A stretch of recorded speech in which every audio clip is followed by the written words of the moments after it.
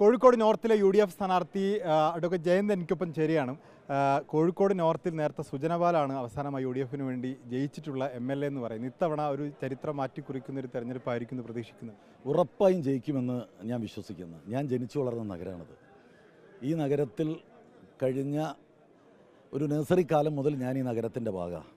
School, കോളേജുകൾ എല്ലാം ഞാൻ ഇവിടെയാണ് പഠിച്ചത്. KSU നേതൃത്വത്തിൽ, യൂത്ത് കോൺഗ്രസ് നേതൃത്വത്തിലൊക്കെ ഈ നഗരത്തിൻ്റെ ഭാഗമാണ്.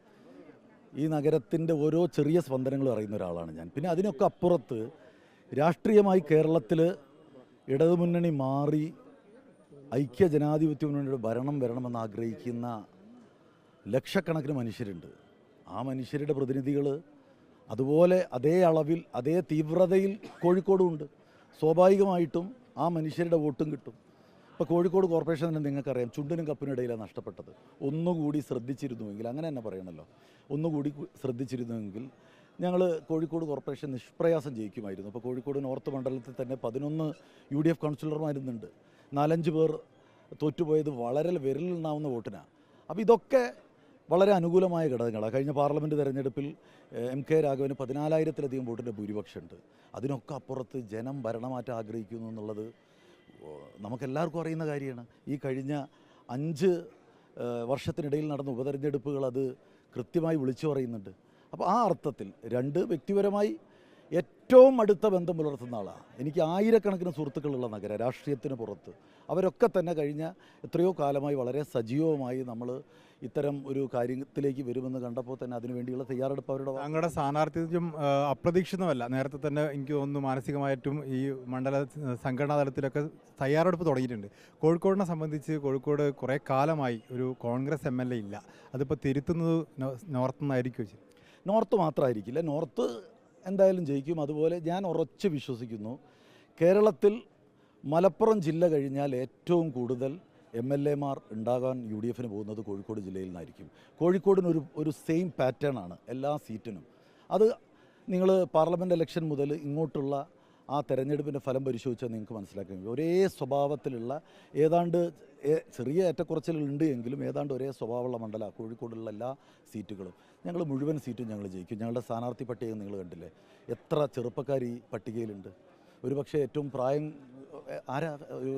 ഒരു മധ്യവയസ്സിനപ്പുറത്തുള്ളൊരു സ്ഥാനാർത്ഥി പോലും ഇല്ലയെന്ന് എനിക്ക് തോന്നുന്നത്. UDFൻ്റെ സ്ഥാനാർത്ഥികളിൽ മുസ്ലിം ലീഗ് മത്സരിപ്പിച്ചവരായാലും, കോൺഗ്രസിൻ്റെ സ്ഥാനാർത്ഥികളായാലും, KSUവിൻ്റെ ജില്ലാ പ്രസിഡന്റ്, യൂത്ത് കോൺഗ്രസിൻ്റെ ഭാരവാഹികൾ, പിന്നെ ഞങ്ങളൊക്കെ തന്നെ ആ ഒരു യൗവനം അങ്ങോട്ട് വിട്ടിട്ടല്ലേ ഉള്ളൂ. അപ്പോൾ നമ്മളെ സംബന്ധിച്ചിടത്തോളം പുതിയ തലമുറക്ക് കണക്ട് ചെയ്യാൻ പറ്റുന്ന ഒരു സ്ഥാനാർത്ഥി പട്ടികയാണ് കോൺഗ്രസ് ആയാലും ലീഗായാലും അവതരിപ്പിച്ചിട്ടുള്ളത്. കാരണം ഈ നാട്ടിലുള്ള ചെറുപ്പക്കാരെ സംബന്ധിച്ചിടത്തോളം അവരുടെ വിഷയങ്ങൾ അഡ്രസ്സ് ചെയ്യാൻ പറ്റുന്ന, അവരെ കണക്ട് ചെയ്യാൻ പറ്റുന്ന ഒരു നേതൃത്വ നിരയാണ് UDF അവതരിപ്പിച്ചിട്ടുള്ളത്. ഇപ്പോൾ നമുക്കറിയാം, ഈ നഗരത്തിൽ നിന്ന് കുട്ടികളൊക്കെ പുറത്തേക്ക് ചേക്കേറുക. ഈ കോഴിക്കോട് പോലെ ഇതുപോലെ ഭക്ഷണം, ഇപ്പോൾ നമുക്കറിയാം ലോകത്തിലെ തന്നെ ഏറ്റവും ഭക്ഷണപ്രിയർ സന്ദർശിക്കാൻ ആഗ്രഹിക്കുന്ന നഗരങ്ങളിലൊന്നാണ്.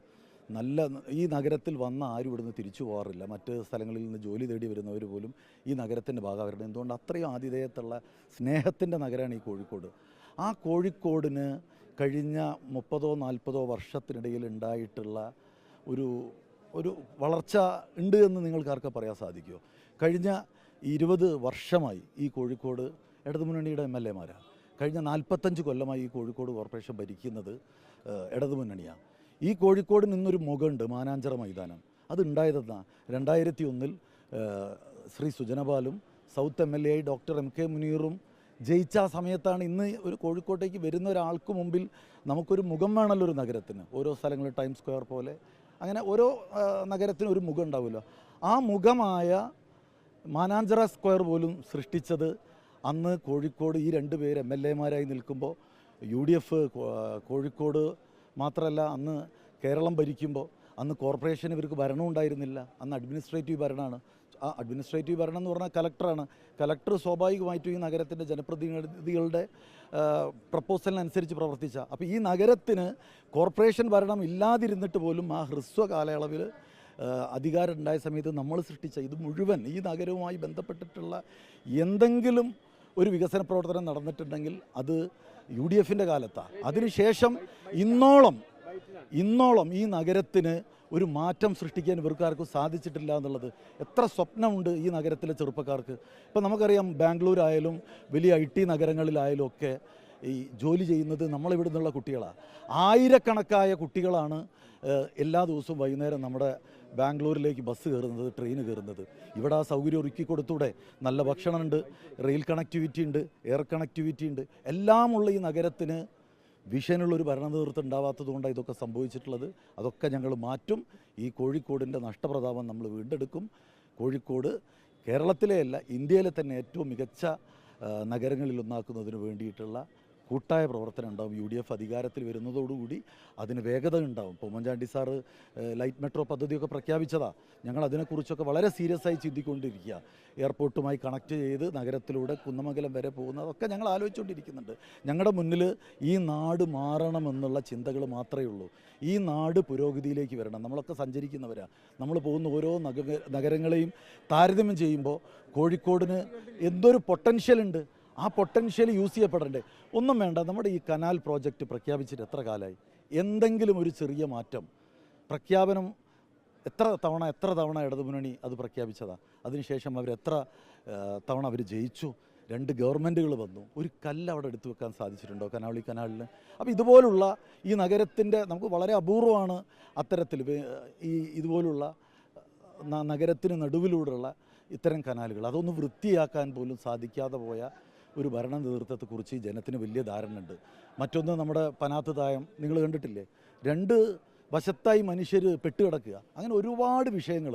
കാരപ്പറമ്പിൻ്റെ ഗതാഗതക്കുരുക്കുണ്ട്, തൊണ്ടയാടിൻ്റെ ഗതാഗതക്കുരുക്കുണ്ട്, എരഞ്ഞിപ്പാലത്തിൻ്റെ ഗതാഗതക്കുരുക്കുണ്ട്. ഇതൊന്നും അഡ്രസ്സ് ചെയ്യാൻ സാധിച്ചിട്ടില്ല. 10 വർഷം ഭരിച്ചവർക്ക് ഈ നഗരത്തെ മാറ്റുവാൻ സാധിച്ചിട്ടില്ലെങ്കിൽ, കൂടാതെ അവർക്ക് കോർപ്പറേഷൻ ഭരണമുണ്ടായിരുന്നു, ഒരു ചേർന്ന് നിന്ന് പ്രവർത്തിക്കായിരുന്നു. ഇതൊന്നും നടന്നിട്ടില്ല. നിങ്ങളുടെ മുന്നിൽ ഈ 5 വർഷത്തെ ഈ തൊട്ട് മുമ്പ് നടന്ന 5 വർഷം അതല്ലെങ്കിൽ 10 വർഷത്തിൽ ഈ നഗരത്തിനുണ്ടായ മാറ്റാണല്ലോ ജനം അറിയേണ്ടത്.